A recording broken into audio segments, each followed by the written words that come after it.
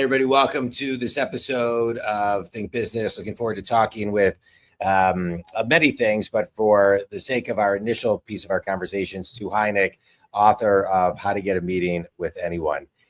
One of my new favorite books, Stu, and it was referred to me by Nick Calabat, who's a financial advisor with Spartan Wealth Management. And so I always, anytime somebody refers me a book that knows the author, that can make an intro, I love to co-host the podcast with them. And so it just makes it a lot of fun. You're a Wall Street Journal bestselling author. You're a cartoonist. You're a marketing expert, and you're really the pioneer of the concept contact marketing. And I just want to start there because I think to many people that term is new, and that term is something that I think everybody needs to understand with real granular detail on how not only what it means, but how they can curate and customize it to them and every prospect and every client out there that they want to retain and or generate new business. So Nick and I are going to go back and forth. We'll kind of just be asking you questions, but I thought that would be a good starting point. And so, let's talk about contact marketing. Where did it originate? How did you come up with it? And what does it mean to the everyday salesperson? Well, I'll start with the last question first. It means freedom to reach the people who can change your scale. It's a big deal. If we can't get meetings with the right people, we're not going to, if we can't get meetings, period, then we're not going to sell. But if you can't get meetings with the people who can change your scale, you won't change your scale. You won't grow. So it's a critical thing. You asked about contact marketing, and so I coined the phrase or name in How to Get a Meeting with Anyone, and that led to the American Marketing Association calling me the father of contact marketing. But when I think about what it is, it's not. I didn't invent it at all. This is something that we've been doing in business for a very long time. When I first interviewed my sources to ask them, when you have to really just absolutely have to get through to someone, and we know that they're going to be difficult to reach, how are you doing it? They'd share all kinds of methods. I have methods. You can see over my shoulder a cartoon. I'm one of the Wall Street Journal cartoonists, and so I use cartoons constantly. They're great devices, but people use all kinds of things to break through. And the earliest example I've come across had to do with one of the de' Medici family members in Florence hiring Leonardo da Vinci to create something. It was the horsehead lute, actually. It's a famous thing. And that was used as a gift to create an introduction to the Count of Milan. It's been around a long time. So I didn't invent it, but I get to sit atop it a bit because of the book. Well, you may not have invented it, but you sure defined it. And I think that's an art in its own. Is a lot of times another one of my favorite books is The War of Art, not The Art of War, but The War of Art by Stephen Pressfield. And in it, he defines the word resistance, right? Why we as human beings resist what we need to do most. And I think anytime somebody, specifically an author, can extract a feeling, an angst, something that's kind of on the tip of people's tongue, like you did, and put a definition behind it, that it just makes it so much more attainable when we can define it and work and reverse engineer and forecast. Yeah. And when I was using I'm going to go back to cartoons for a moment. You don't have to be a cartoonist to use contact marketing, but I use it all the time. And cartoons are a really natural. They're a natural element or a piece of contact marketing, because we know that from readership surveys that they're the best read and remembered parts of magazines and newspapers. That is cartoons. And if you think about the nature of humor, it's about truth being revealed in a twist. That's why when we hear something and we're laughing, or something happens, but when we're laughing, we find something funny, we can barely eke these words out because we're still trying to catch our breath. But it's always, oh my God, that's so true. That's so funny. They're the same thing. Truth and what's funny is the same. They're the same thing. And so when you pop a cartoon out, mine are always personalized as well. So it's always about the recipient. So it has to be well targeted. But when it is, my God, the effect is just magic. And so you end up with this reaction of, oh my God, who said this to me? This is incredible. I got to meet him. Or I mean, I love the way you think. We've got to meet. And that's the kernel of all of it. It's just when you get that kind of reaction, then you're breaking through to people that you might not have broken through to otherwise, and you're breaking through in a way that they're just saying, I don't care what it is you're going to tell me, just tell me. I'm open.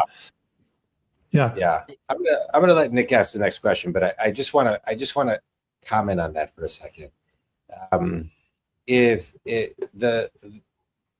big believer as a business coach, just as a person, but as a business coach, I feel like execution is sandwiched between stillness and reflection. It's kind of a framework that you need, because you need to be still, you need to execute, and then you need to reflect. Sometimes that can be in a minute, sometimes it can take longer.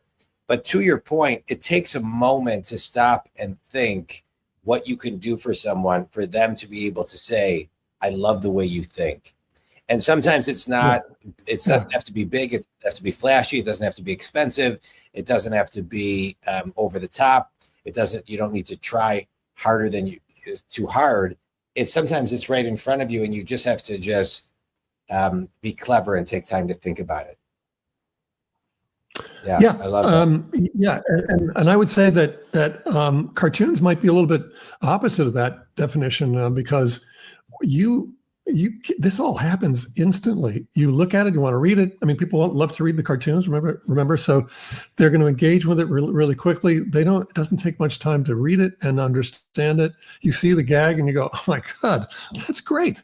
So it's really, really fast. And at least with the cartoon, I would say with other kinds of contact devices as well. A lot of visual metaphors are the same way. There's a great story in the book about Dan Waldschmidt, who is a turnaround specialist, who he's looking for stories of missed earnings estimates. He finds probably the people you want to find, John, but people who are in trouble, who are, usually it's stories of missed earnings estimates. That's what he goes by. And they need his help. And there's no list of, well, there might be now with AI. I don't know, that might actually have been solved, but otherwise there's no list of these people. You just got to find them. And then he has a sword made up, beautiful sword, full size. Fortunately it's not sharpened, but it's a full size sword. And the CEO's name is engraved in the blade, and it comes in this beautiful wooden box with a handwritten note saying, hey, dear Nick, I noticed you lost. Business is war, and I noticed you lost a battle recently. I just wanted to let you know, if you ever need a few extra hands in battle, we've got your back. So that sword that's the definition. That is a visual definition of the ferocity that Dan proposes to bring to this turnaround challenge. And he gets 100% response rate to this campaign. And I started in direct mail, where we were told if you get a 1% response rate, that's about typical. That's not really true. There is no typical number, but that's what we were told. And also we were told 100% response rates are impossible. We've seen them go as high as 300%. So there's a pass along and then response. So anyway, we're looking for things that people just react to, and they go, this is the coolest thing. And I want to give them, if I'm sending them something physical, and I like to do that because there's so much digital noise. It's hard to stand out on digital channels. But if you send someone something that just is astonishing, and something they're going to keep around on their desks, perhaps, or on their wall, like this one behind me, that print, or over my shoulder, you might be able to tell it looks like a coffee spill. It's not. It's a fake coffee spill, but a really cool visual effect. A visual metaphor for opening doors and opening conversations. Yeah. I guess, Stu, can you kind of share with, and you kind of went into it a little bit with the sword, but can you share with everyone some untouchable people, or people you would think would be untouchable, that contact marketing has worked for either you or for some other individuals you've worked with to get that important meeting that, you know, ends up turning out a 6 or 7 figure deal? Yeah, I mean, there are a lot of them. And I could tell you about some of my own stories, but that's not as interesting as hearing about some of the other things that people are doing. So let's do that.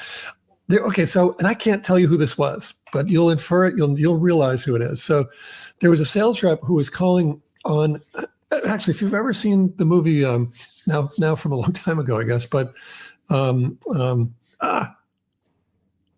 Forrest Gump. Yeah, Forrest Gump. So he makes a reference to a certain fruit company, and that's the company we're talking about. And so he was calling on this fruit company's engineering department, which sounds really weird, but he was calling on the engineering department. He had a software solution that he wanted to sell, and they loved it. The engineers loved it. They said, "Okay, look, next step is you've got to bring this to, our purchasing department because, you know, we don't handle any budgets. They do."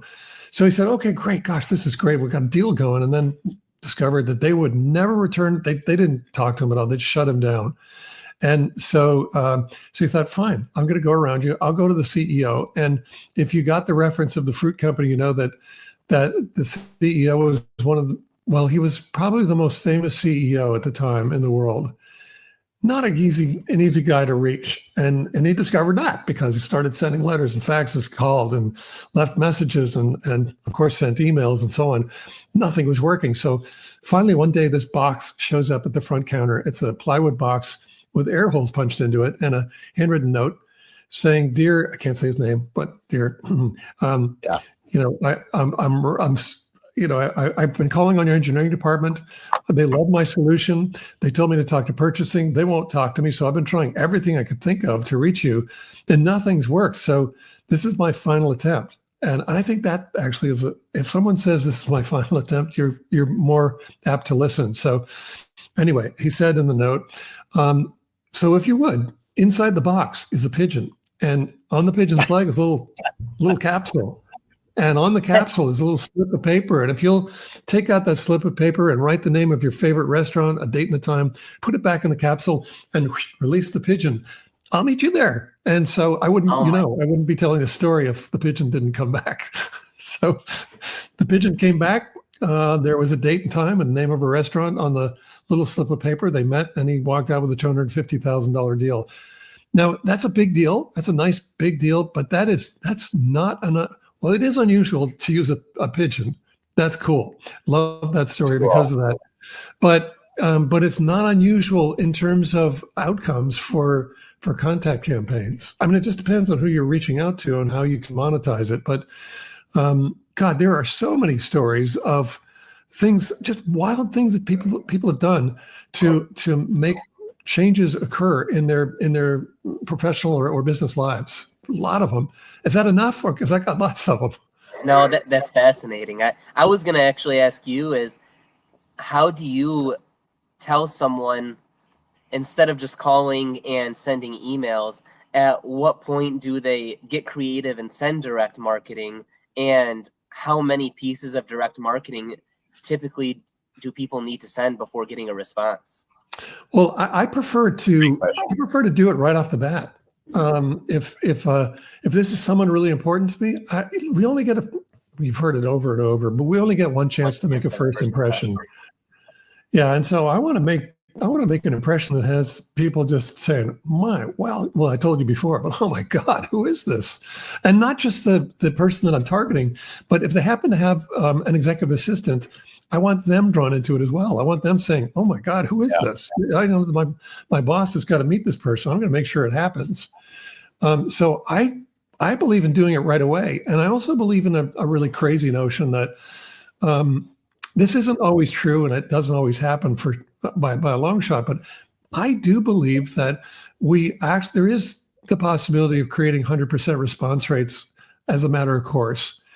And so then that means that you send out one thing and maybe you're going to get the response you get. I don't know what it'll be. And maybe, I certainly don't want to be setting up the expectation that if you do this, you'll always get 100% response rate. You may never get 100% response rate. Everything has to be firing on all cylinders to make that happen. But I do believe that if you get, I don't know, maybe you got a 50% response rate the first time, I'm going to go after the rest of the other 50 if they fit my ICP, and now if they've also exhibited. Thank you, AI. So if they've exhibited trigger events and let's say buyer intent signals, I want all of them. And I think it's actually, I don't know. I think it's reasonable to say that's my goal. That's it. I'm not going to stop until I reach all of them. Some of them won't be clients. Some won't be good prospects after all. Maybe they have other contracts or whatever their situation is. Maybe they're leaving that business and going to a different one. I don't know, but I want to hear from all of them. And if they're under contract, I want to know when the contract's up, and then we can start working toward having a review when the time is right. But I don't want to wait until they've ignored me and then send something. So I have a couple questions on that. First of all, I love everything you're saying, Stu. I love your book. Again, I want to remind people what it's called: How to Get a Meeting with Anyone: The Untapped Selling Power of Contact Marketing, which you are the grandfather of that. To me, it should be mandatory reading, as should Atomic Habits and Think and Grow Rich. To me, this is Smart Brevity. This is a must-read book. But here's my question for you. I love everything you're talking about. I agree with everything you're sharing. Talk to the person who's listening, who's read the book, who's in the middle of reading the book, who wants to read the book, about the courage to do these things. I think that's sometimes where people get in their own way. They trip over themselves. There's an insecurity of like, oh, is it? By the way, I don't think this, but I think people think this. Is this going to be cheesy? Is this going to be perceived the wrong way? Is this going to, hurt my brand? Is this going to be too out of the box? And so everybody's own internal insecurities will begin to kick in. And so I'd love you to talk about A, courage, and B, really sitting back, like we talked before, a little bit on reflection and stillness, how taking time to look at, let's say I have 10 prospects, taking time to really come up with the clever thing per individual contact. So to me, everything in your book is very curated and very custom. The stories, what you're sharing today, very unique, etc. Yeah. So can you kind of talk all of that? I know I gave you like 17 questions, but can you kind of talk on all of that? Well, I'm going to take number 16 first. No. I know. I've read your book, so I know how your brain works. I know you can take it all. Yeah. But about the courage thing. Oh my God. I kind of just want to ask, do you want to have fun? Business should be a lot of fun, I think. Yeah. And there should be, I don't know, when I'm talking to people and I hadn't spoken to them in a while, maybe I've just met them and thinking, I might even ask you this, I don't know, but I'm always asking, what kind of mischief can we stir up? And that's what this is about. It's mischief is fun. Yeah. And it takes you out of your comfort zone. I'm pretty comfortable with it, but perhaps it takes you out of your comfort zone. But I think if you're saying, well, my gosh, that it's so, if it, for some reason it seems unconventional, or here's another going a different direction, it seems old school to send someone something physical. And by the way, I'm not saying you always have to send something physical. I think you should use a lot of different channels. So obviously digital channels as well. It's just that they're very crowded. And if you want to stand out, you probably shouldn't be doing what everyone else is doing. So that also goes to courage, your courage question. If you want to stand out, you got to decide whether you want to do it or not. If you do, then you've got to be audacious. And being audacious means you're not doing what everyone else is doing. You're not in the same channels everyone is, or at least you're not solely in those channels. And that's why, in the end, I do love sending physical things. I want someone to, I sent a print of a cartoon to Mark Cuban, and actually, I have the cartoon. I don't know if you'll be able to see it all, see it, whatever. We'll try it. But anyway, this one, two women having coffee. And so she's telling her friend, Mark Cuban says you can tell a lot about a person just by looking at their Mavs tickets. I tend to agree. Well, he was the member of the Mavs. He was the owner of the Mavs. And he totally agrees. Like that's how he judges people. I think at least within the Mavericks organization. So that's framing and it's up on his wall, And so I sent one to Ed Bastian, the CEO of Delta Airlines, and I saw it it's still on his credenza. He shot a video in his office, and there it was on his credenza. I want to send things that people just treasure, and they just. I want them to have the whole thing to be a treasured experience, and you don't do that if you're not audacious. I mean, you won't stand out if you're not. So I hope that answers the courage question. Have fun with it. It does. Rather than whether it's scary or not, are you having fun? If you are, then do it. Well, I love what you're saying because, I just want to comment on that real quickly. I love what you're saying because don't take yourself too seriously. Just, again, I know you just said this, but have fun and I think community, it's about putting yourself in the space to be audacious, to be fun, to move over to that space because the proof is in your book, frankly, Stu, that it works. If anybody, if you're looking for validation, read the book. If you don't have enough, read the book again. If you need more, Stu has an updated version coming out in June 2025. I always have something more to sell you. You need more of that. It's true. It's just if you're going to stand out, do it, man. Just do it and have fun with it. Now you asked about I wrote down scrapes, but really is it worth spending the time to understand each person, who they are, what motivates them, what they're talking about, what they're working on? Well, of course, you should do your level best to do that. And now with AI, that's even easier. But even before AI, you could do profile scrapes, and that's a very successful way or mode of using contact marketing, is to find out what's going on with each person, and then crafting a gift based on or something, at least crafting some form of approach based on what you're learning from it. There was this really cool story Mike Polly told me about. There was a prospect he was interested in, and he noticed the prospect had posted a picture of himself in his office, and behind him on the bulletin board, he zoomed way in and found a sticker for, I've forgotten what it is. I'm going to get it wrong, but I'll call it Deadbeat Coffee. I know it's not, maybe Death Wish Coffee. I don't know what it is, but he saw that sticker. It's a very obscure brand of coffee. So he sent a pound of that coffee to him. And that, of course, got through to him. That was like, how did you know? How did you even know this about me? Nobody knows this. Well, you have a little clue on your wall.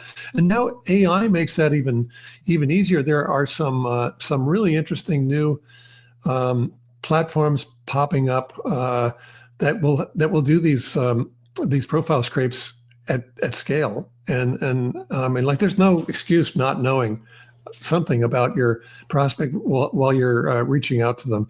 Now I called there's another book I have out called Get the Meeting, which I also recommend because it has a lot more of those campaigns. And in that book, there are photographs of the campaigns. And that's just in direct response to what readers were saying when How to Get a Meeting with Anyone first came out. They were saying, man, I love the ideas in the book. I love the stories, but I wish I could have seen what these looked like. I thought, okay, I guess I better do that too. So Get the Meeting has a lot more stories as well. And I recommend that. But in that book, I described two modes of personalization. So there's, I would call it wide personalization and deep personalization. So deep personalization is what I just described. It's profile scrapes, and it's getting to know each person and crafting some very customized form of outreach to each one of them based on what you've learned. So there's no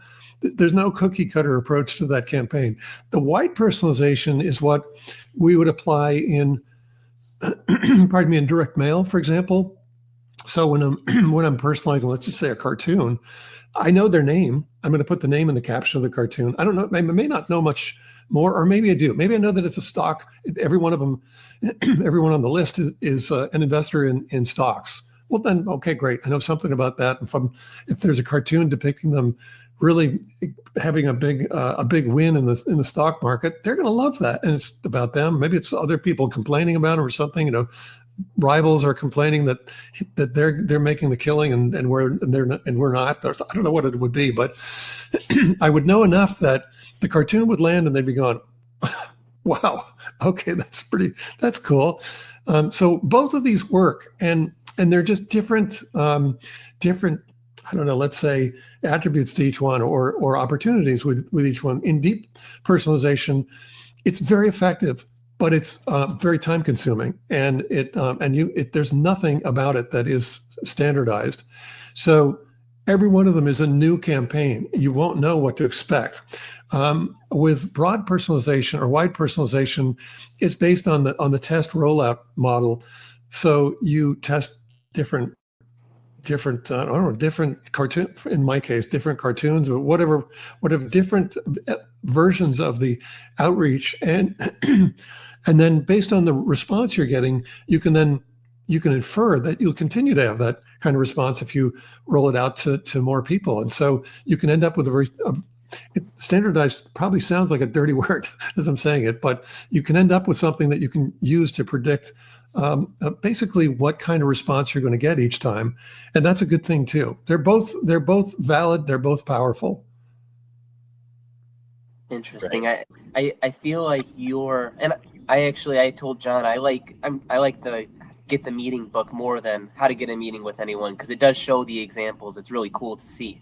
But I feel like you're almost the king of cold outreach, and a lot of people nowadays think cold calling, cold outreach is dead, you know, like, and by that they send a message to someone on LinkedIn and never get a response back. What do you have to say to people for how cold outreach should actually be done, and how to make cold outreach work and why it still works?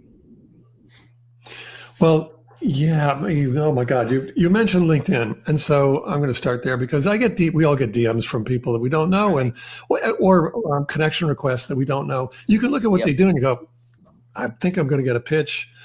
Yeah. I haven't asked for this. I don't know the person. I don't know anything about them. It's a very steep hill for them to climb to make a pitch, and it fits. And in fact, well, you know, the term pitch slapping. So it's just not. It's not a nice thing. I don't think it's not a good use of your time to just randomly reach out to people you don't know and pitch them, you know, on a DM.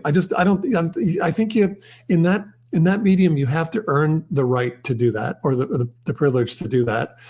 And if you step out of line, then people are just going to block you. They're going to ignore you. So that's one thing. But I just think otherwise, it's just. I mean, the whole definition of cold outreach is about reaching out to people you don't know, and you've got to find a way to, you know, you're going to interrupt them. You got to find a way to deliver value and intrigue quickly, and if you don't, they're going to just ignore you. They might block you, or they're whatever it is. I don't know. It depends on what medium we're talking about, but they're not going to respond to you. You're not going to get the response that you're looking for. So again, I think it's just about showing that you've. I was talking to someone yesterday, and they said, you know, it's about showing that you put the effort in, and that might be part of it. I don't think there's much effort on the part of the people who are just pitch slapping on LinkedIn.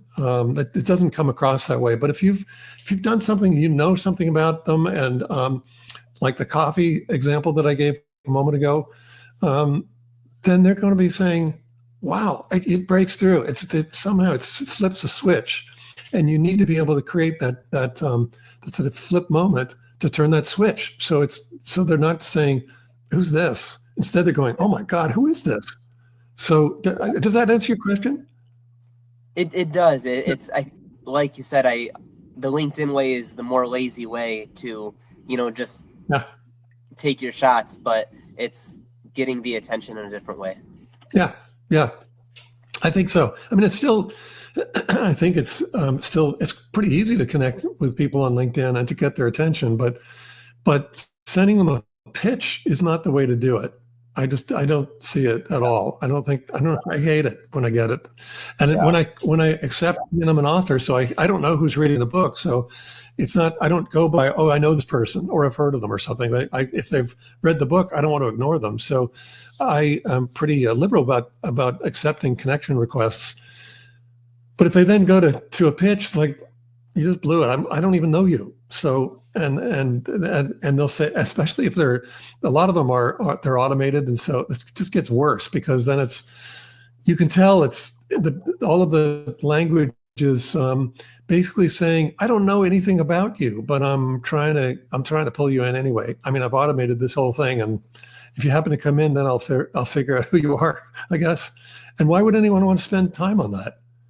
You know what I'm talking about. When you get a DM, they say, well, it looks like we know a lot of people in common. Sure sign that we don't, or we don't know anything. Or it looks like you've got a really interesting background, and I'm thinking, this is all just, it's so generic. This is just generic copy, and they don't know anything. So, I mean, I tell you, but whenever someone writes to me and says, I read your book, I'm going, man, I owe this person something. You see, it's just knowing a little bit, even if you didn't read the book, I'm going to still feel like, man, thank you. Because authors love that. We're just, thank you for buying the book. I'm always thanking people. Yeah. So I want to go back and I want to talk about something that kind of, to me, is a through line of things.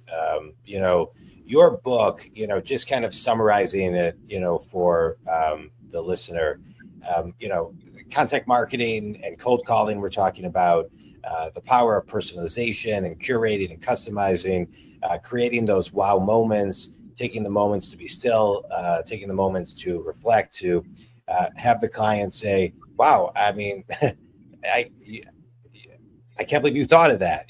Just having that moment, using humor, using creativity, leveraging, just the gatekeepers, like you said, the assistant that answers the phone, you have to bring them in as well. We talked about a lot of different channels, how this can lead to a meeting. It makes, as you're talking, I want to go back though to the space of the start, right? For someone to really start and do this. And to me, it's also what you're talking about, reminding me of a TED Talk by Jeff Perkins, The Power of Wonder. I don't know if you've ever watched it. It's one of my favorites. I'll email it to you. But it's Jeff is he's the founder of Priceline, and he talks about how how we need to, long story short, look at things through a child's eyes. We have to always wonder and always be curious. And he does something 15 minutes a day where it's called info sponging, and he spends 15 minutes doing research on things outside of his industry to see how it affects his industry. But it's the whole idea of wonder based, I don't want to tell you the TED Talk, so based on the influence of a child's eyes when he was in the office. And so the through line to me of what you're talking about is get out of your own way. Don't take yourself too seriously, have fun, and find the space for you to step into your audaciousness, to differentiate yourself from all the noise that is getting only noisier. And so I kind of want to talk about kind of getting the person into that space, because that's where I think people will freeze themselves. So how would you recommend they get out of their heads in the theory of what we're talking about and into their heart and into their inner child to kind of really execute and have fun with everything you're sharing? Well, so the two books we're talking about, there are lots of stories in there of how people have reached out and made connections. I mean, like the one with the pigeon story, it's such a cool one. I'm going to use it, sort of. I'm going to be shipping it when I have copies of the new edition of the book. I'm going to ship them to a few people, like probably about a dozen people, and I'm going to ship it in a live animals box. And because there's a story, story in the book about that. And I think, I think one of the things that they could do is just to read the book or read both books and just get inspired about, oh my God, yeah, but I'm in the insurance, but I don't know what business you're in. Of course, all kinds of businesses, but I mean, oh my God, I can just see how this would work, why this would work. Or, I mean, just get excited by what other people are doing. You know, when you hear the story of Chris Christopherson and the singer-songwriter and how he connected with Johnny Cash and changed his life, you can't, and that's in Get the Meeting. But you can't help but just say, I got to do it. You know, if that's what, I mean, we wouldn't have even heard of Chris perhaps if he hadn't done this thing, if he hadn't been so audacious and persistent and just sort of unreasonably bold about it. And that is that's the headspace I need to get into, or I'm just gonna drown in a sea of everybody else. Yeah. So there's that. Now, I don't mean. Well, hold on. I just want to comment on that. I want to comment on that because I think it comes so easily to you. I just want to extract one thing. Think community. I think what's so important is, you know, almost time block time to just sit and try to get into that space. And maybe you time block 1 minute to try to get into that space, and then 2 minutes, and then 3 minutes, and then 5 minutes. But I think there is an intention and a practical step you need to take to say, I'm going to practice, and for the next 30 days, I'm going to put 15 minutes, 10 minutes, 5 minutes, 1 minute into my calendar. I'm going to go sit in a chair and I'm going to get into that space. And the more insecure I am, I'm going to do my best to really keep on adding the minutes to get deeper and deeper into that space. I think there's a responsibility to the reader to take the moments and put the space in their calendar and then honor that space, to evolve it, to let it kind of sink in, you know, into their DNA, because the average attention span is less than 7 seconds, which is less than a goldfish. So to make a lasting impact, you know, it lasts forever. Anyway, sorry, I don't mean to interrupt you, but I just want to. I don't want to. I think I don't mean to make a pitch. That's not why we're doing why we're here. But I'm so excited to show this one thing. If you don't mind, I'll share it. You mentioned you have 7 seconds to get someone's attention, and we know that if you send someone a FedEx, generally that gets. I don't know that they get excited. They don't know what it is, but they're not going to ignore it. And so I've been playing with this thing I call the Heinecke window. Do you see what's going on there, though? So there's a window. What's that picture of? Oh, that's a cartoon. Oh, that's great. So you'll get the FedEx, and you see a crop of the cartoon. You don't know what it is, and then when you pull it out, it's a cartoon about you. And this one I've been messing up a lot, playing with it a little bit. But she's saying, "Roland, you're acting." Well, actually, I got to set this. Let's say I was sending this to someone. Let's say Nick was in the pool business, then I would send him this, and then she'd be saying, "Roland, you're acting like Nick's old pool guy," or something like that. So he's making a mess, and we get to customize it that way. But that will that I know that'll get through. We're just playing with it right now. I think I'm going to turn that into a regular service and make it part of a mastermind. We should talk about how we team up and do this. Maybe, I don't know, but I would love it. I would love it. If you don't have the tool, I've got tools. You know, so we could also make it pretty easy on you. I would love it, and you know, it's just the creative element is amazing. I have a question for Nick, because Nick introduced me to the book. Nick's a financial planner. You know, I love talking to him about creative ideas that he has. You know, how he plans for people. What was the essence of the book, Nick, that really got you hooked? You know, it was really, a lot of books I read have a title that sound as good as Stu's, but then they don't really tell you how to get the meeting, or, you know, they don't really follow through with their title. And as I was going through Stu's, if you ever read the book, you'll see he has like case study after case study after case study that shows you how everything has worked.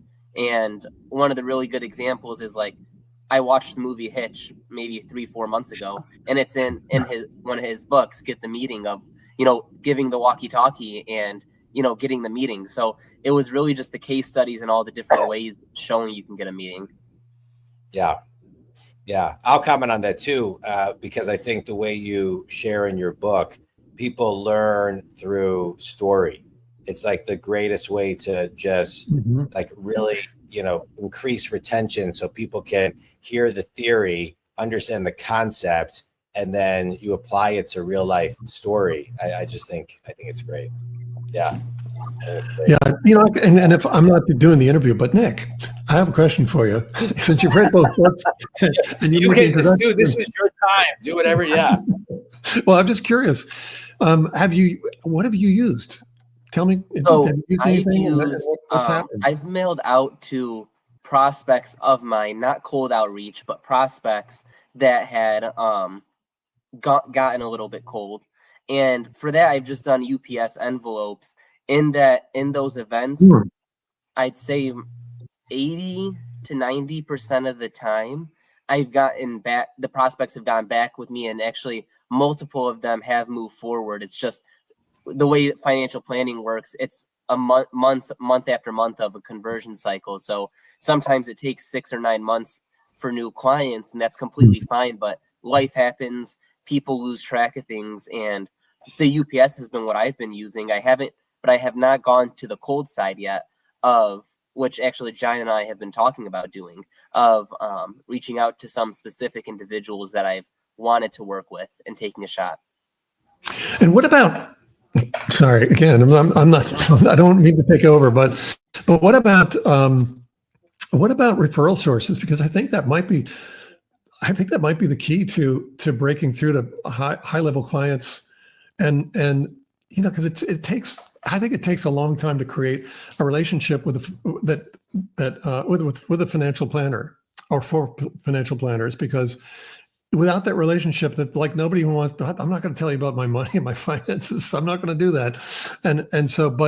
But if you were coming through attorneys and CPAs, they're telling their clients, you need an advisor to help you with this, whatever it is.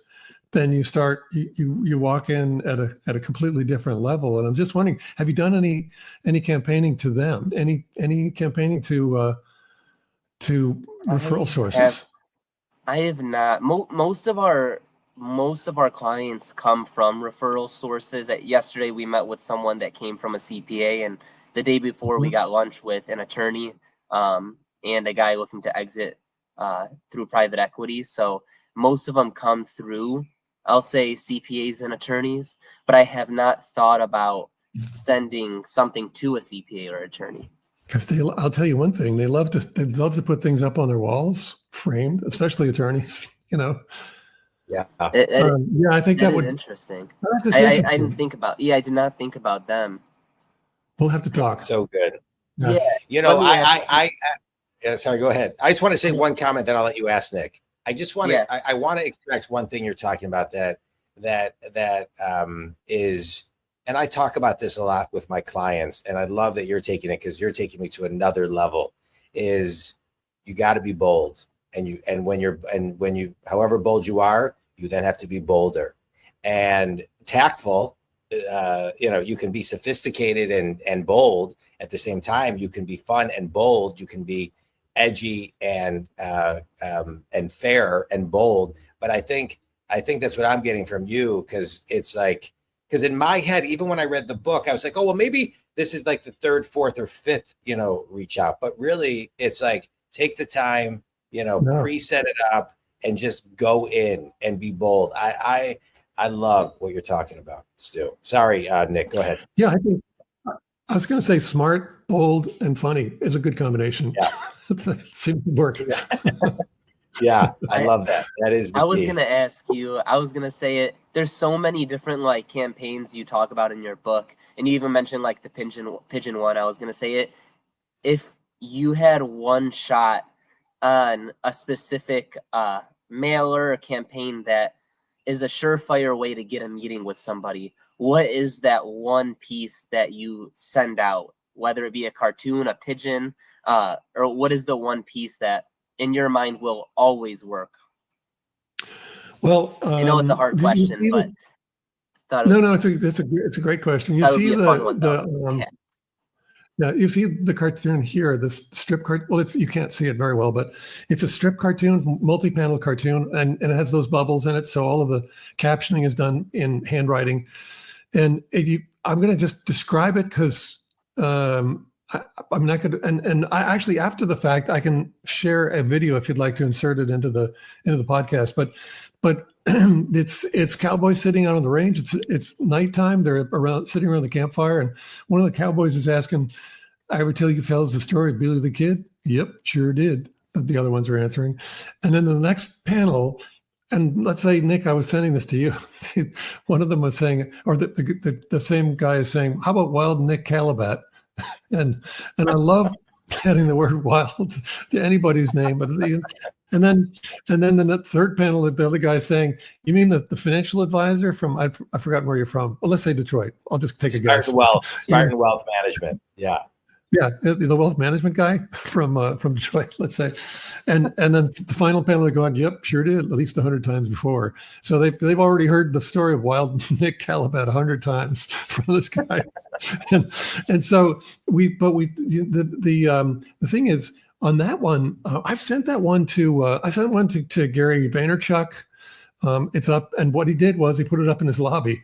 So, okay, that's interesting. Then I sent one to Grant Cardone. That's up on his wall in his podcast studio. And so now what we're doing is we're sending these now made. They're blown up to 2 by 4 feet, and they're on half-inch foam core board. It's just this beautiful presentation of it. And we're sending them that big because, well, that's the biggest thing I could send, unless we took out a billboard across the street from your office, perhaps. But that's the biggest thing I could send. And I already know that you send it to people like Gary and others, and they keep them around anyway. But if they're that big, they might keep them in their lobby even. So I send them lobby art, and I think that's probably the biggest thing I could send. But I'm still kind of curious about this guy. Just the FedEx package too. I think I love that idea, because if I'm going to send the big cartoon, I mean that'll be $700. So it's an expensive thing to do. The FedEx thing, it costs you can do a one rate shipping. It costs you $10 to send it a couple day air. And it's a FedEx package. They're going to pay attention to it, but it's unlike other FedEx packages. So I don't know. I've got really big expectations for that, and it might be if it works, then it's a lot less expensive than some of the other things I've been doing. I don't know that you need to do things that are super expensive. I don't think that's really the point. This is what gets one's attention, and even I keep pointing to this coffee cup of the spilled coffee. Let me grab it real quick. So I just love this thing. It's a visual metaphor, and it's pretty cool.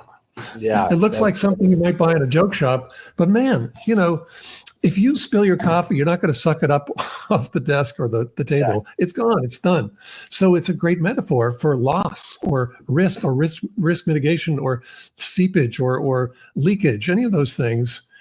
The financial leakage, Nick. I mean, this would be a great thing for you, I think, and business leakage as well, John.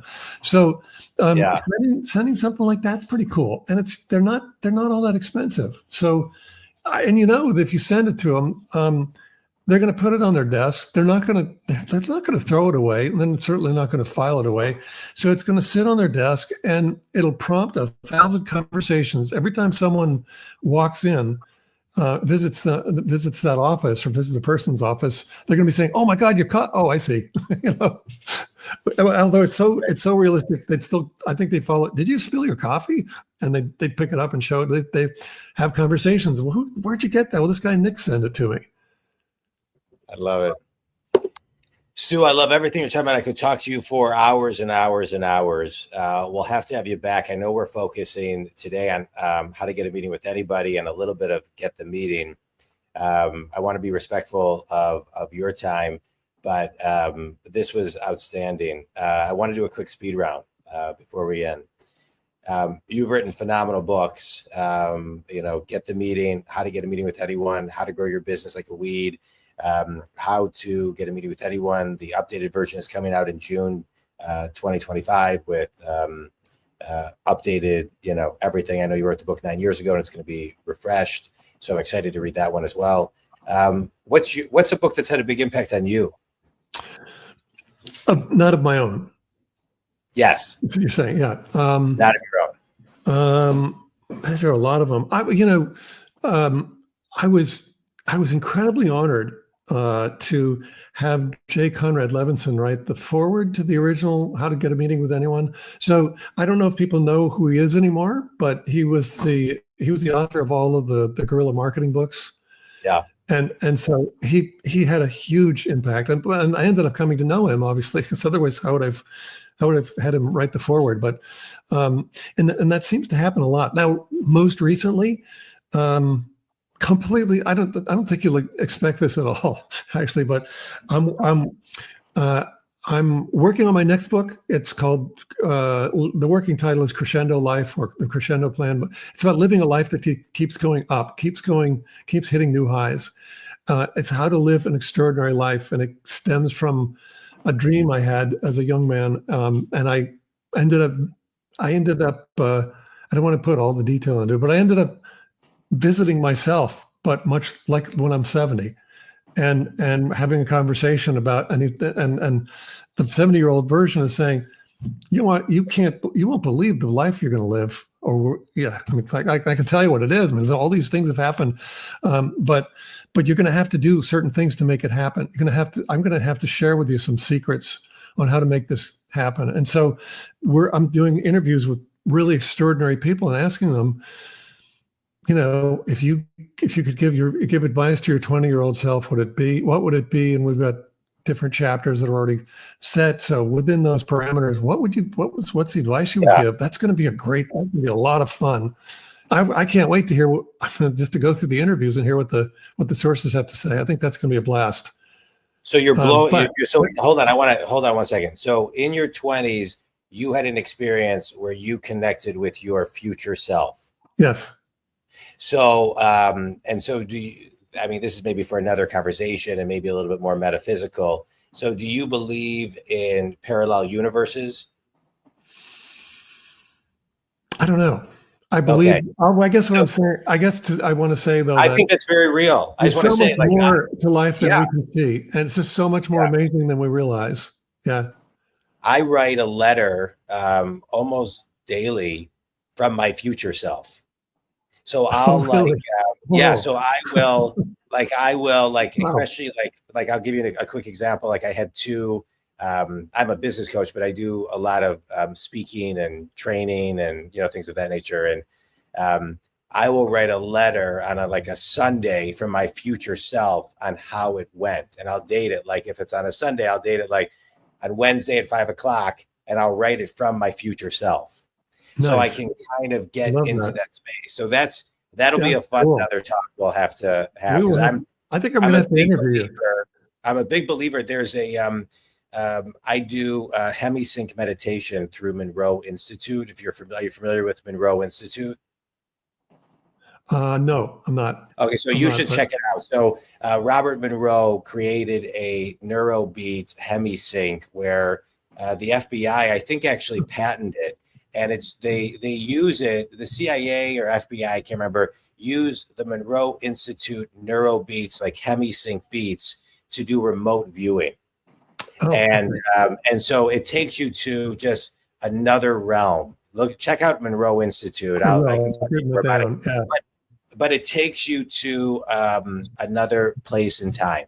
We'll talk about that. But I find that cool. I find that fascinating. When I was 18 years old, I was at 18 or 20. I was at a Billy Joel Elton John concert, and I had a moment like that, where my future self kind of told me what was on my path. So we'll talk more about that. That's a great experience. That's a very powerful experience, isn't it?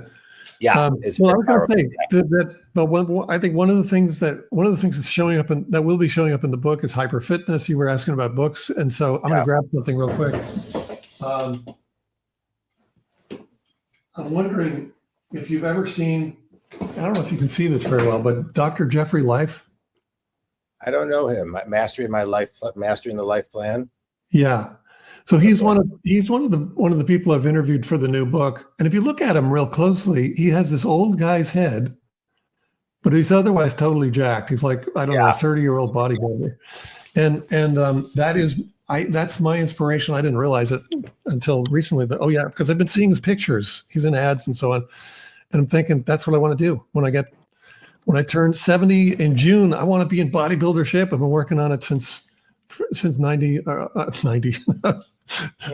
be a long time. 3 years ago or 2 years ago.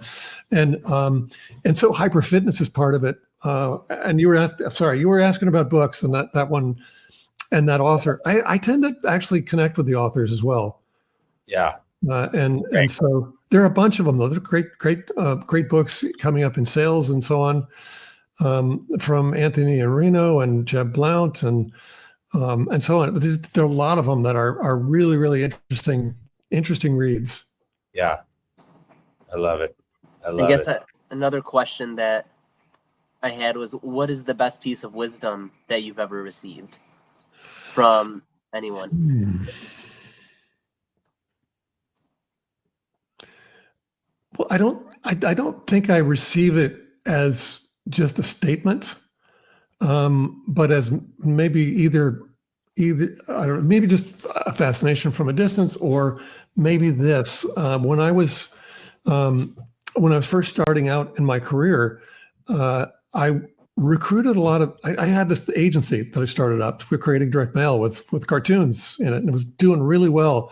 So I recruited a lot of my heroes from of cartooning from Playboy and the New Yorker, and ended up they became good friends, and I would go to most of them were in New York, so I'd go to New York and we'd hang out, and I hadn't realized that they didn't realize it either, but I was going through this giant mentorship program by some of the greatest cartoonists in the world. And so I don't know if it was one certain thing, but it was just sort of a what is it like to be a cartoonist at the top of that game? What's it like to be at the top of any game, really? But what's it like? And but in terms of, I don't know, I just think in terms of like change, the change is inevitable. And it's one of my own sayings is just that the one thing that never changes is that things always change, because they do.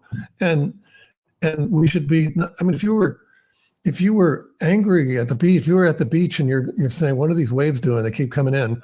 It would be so futile to resist the waves. But then there are other people who are out there surfing them. And I think that's what we should be doing with change. It's great. I love it. Last question, Stu. One way everybody starting right now who's listening can be smarter, bolder. Well, funner is not a word, or more fun. More. Man, mischief comes to mind. But an adventure comes to mind. I think we're at our best when we're on an adventure. Yeah. So I would say this. I would say go out and do something that scares the shit out of you. Just go do it. And so I'll just, as my own example was, I thought jumping out of an airplane would be the scariest thing I could think of doing. And so going and doing it was one of the most exciting things I've ever done. I've done a lot of exciting things, but that was one of the most exciting things I've ever done. And it was, you land on the ground and you go, man, I can do anything. So it's that, go scare yourself somehow. And if you can't think of how, then just go skydiving, because that'll definitely do it for you. Yeah. Nick, I'm going to close in a minute, but any closing thoughts, Nick? I just think that it's, once you open the book and start reading and learning Stu's ideas, you'll get hooked on the way that attorneys have gotten meetings with prospects, the way that people have gotten meetings with Fortune 500 CEOs, really anyone across the board. And I just think that's what really drew our attention to Stu. Yeah. Stu, I interview a lot of authors on this podcast. I've been doing this for over 7 years. And sometimes you read a book and then you meet the author and you're like, I don't know if I like the book anymore, because it's like the book becomes very theory-ish and like they're not the essence of the book. And, there's just a disconnect. And so I loved your book, and now I love it even more. And I think thank you. one of the things one of the things I think that you do, which seems very contagious, and I'm so grateful that that you connected with Nick and that Nick connected, all of us so we can do this podcast together, is, you inspire people to get out of their comfort zone. You inspire people through, many people would have done what you've done and never written about it, so nobody else could do it. Yeah, right. There's that kind of mentality, that fixed mentality, but an abundant mentality of sharing your stories and sharing how to be bolder and putting real life stories behind it. That is soul work. And so I'm very, very grateful for it, because it, I anytime, I love being inspired. I love, thinking about where I can get bolder and things of that nature, but you need the right mentor and teacher to kind of bring it out. And I think you bring it out. Your books bring it out, and you bring it out, and you brought it today. So I'm very, very grateful for your time and for what you've written. I remember when I really started reading, I'm going to be 53 this year. And when I really started reading, I was 18 years old. And I remember thinking and having a conversation with a buddy of mine and saying, God, for $9 or $5, you get somebody's lifetime experience to get you further ahead in life. And I think that's what your book does. To me, your book to me is one of the greats of all time. Should be mandatory reading, to the likes of The Richest Man in Babylon, Think and Grow Rich, Atomic Habits, Smart Brevity. It's great. Think Community. We must, as we grow our business, especially in times like today, things are only getting busier, things are only getting noisier, and attention spans are going the wrong direction. We must do things to separate ourselves if we want to grow our business, scale our business, and at the end of the day, just have more fun. There's this line of where you have fun and then you kind of become an adult, and then you start taking business too seriously. And I think what you've also infused is kind of like that Peter Pan, be a kid when you're thinking about some of this stuff. Think Community, I encourage all of you to kind of step into the space where, how Stu talked about, you can be more audacious, you can be a little bit bolder, get out of your comfort zone and do something that scares you. Stu, any last thoughts? Well, first of all, I just want to say it's an honor to have the effect that you just described. If I'm helping people by, and it is sort of mentorship at a distance. If you write the book and someone reads the book, you're mentoring them. And I've heard from people from all over the world, and it's the most incredibly ingratiating thing. It's an incredible experience to do that for everyone around the world. So thank you for that honor. And also your very, very kind words about the book. It has been getting some really, really interesting statements made about it and reviews about it. One Sales Daily, which I think is a newsletter, Sales Daily called it the #1 sales book ever written on prospecting. And I'm just thinking, wow, that's crazy. That's crazy. But also it's sort of a unimaginable honor, but there it is. Good. So thank you so much for getting to share the story with your audience. Yeah. You deserve it. Think Community, you can buy all of Stu's books on Amazon.com. How to get a meeting with anybody, get the meeting. And I had it on my screen, but as you were talking, I ordered the book that you just recommended. And what's the name of your How to Grow Your Business Like a Weed? How to Grow Your Business Like a Weed. Thank you. Yeah. You can buy those all on Amazon.com. If you want to chat with me, you can reach me at johndwoskin.com. I want to thank Nick Calabat, SpartanWealth.com, Spartan Wealth Management, for picking up the book, however you got it, calling you, introducing us, getting me the book. It's been great. So thanks for co-hosting, Nick, and setting this up. And Stu, you're great. Appreciate every word. Thanks so much. Thank you so much. Thanks, guys.